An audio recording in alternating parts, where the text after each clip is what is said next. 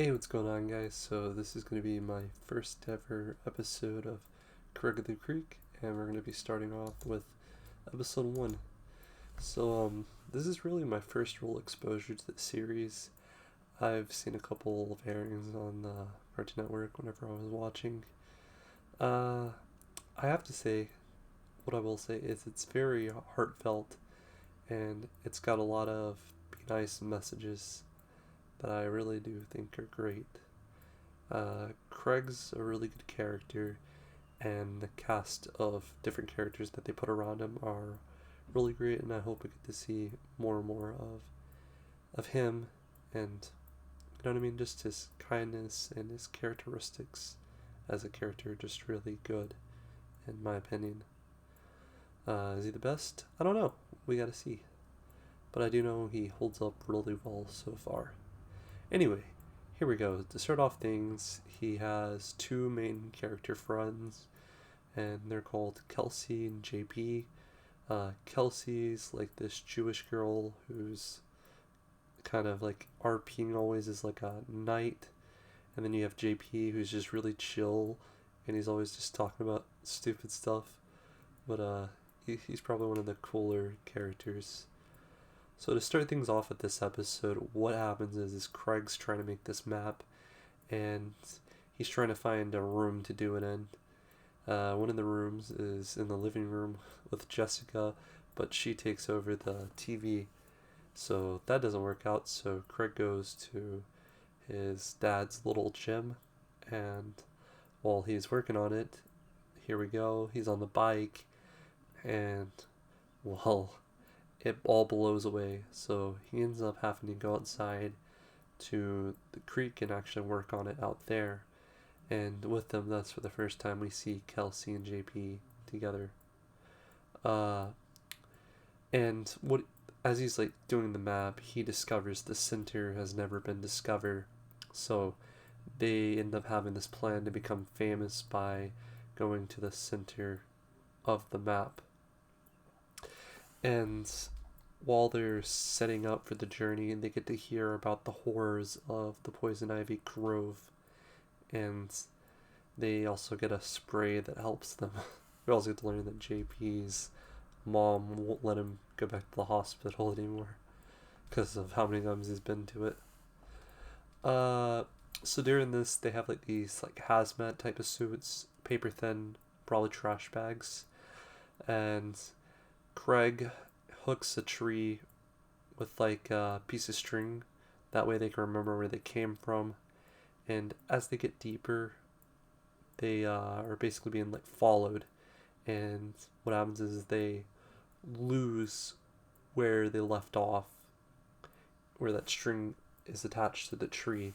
So they no longer know where they are, and they know they're like being followed.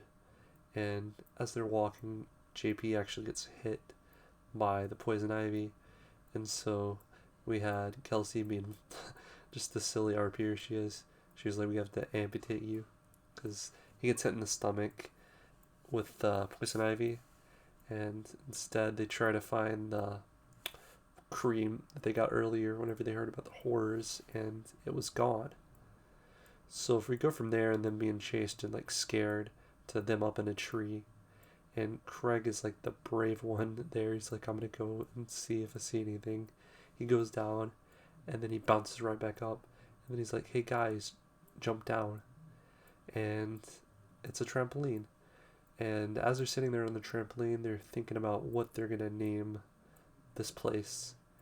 And while that's happening, we see this like pile of leaves come towards them, and what happens is it rises up and it ends up being this boy.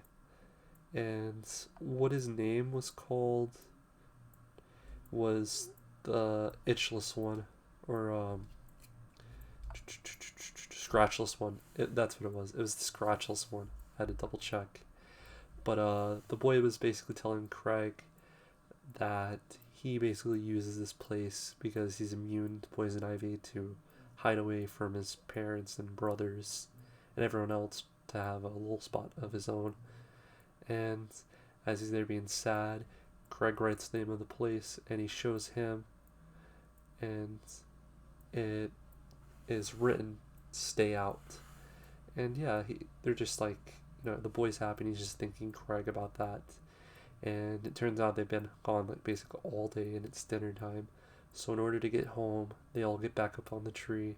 They jump down, and the boy gets thrown up, and then as he's falling, he gets back down on the trampoline, and they get bounced towards their home. It was a really good episode, very cute, and like I said, it has a message.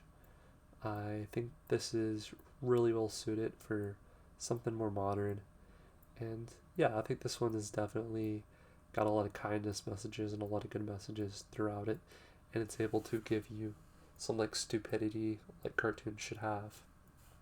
So it never hurts to get good message, to be kind to others and to understand other people's like struggles and stuff like that. So you can take it a multitude of different ways.